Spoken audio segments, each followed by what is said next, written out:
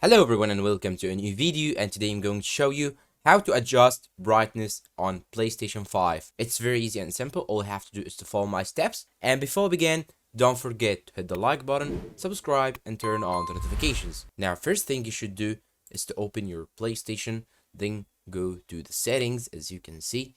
And now after going to the settings, go down till you find screen and video. Now after choosing screen and video, go to video output, then scroll down till you find in the color section HDR and adjust HDR. You should make sure that HDR option is always on, then go to adjust HDR.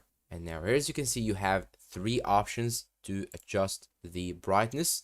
And now all you have to do is to click on up and down buttons to adjust the brightness till the symbol is barely visible.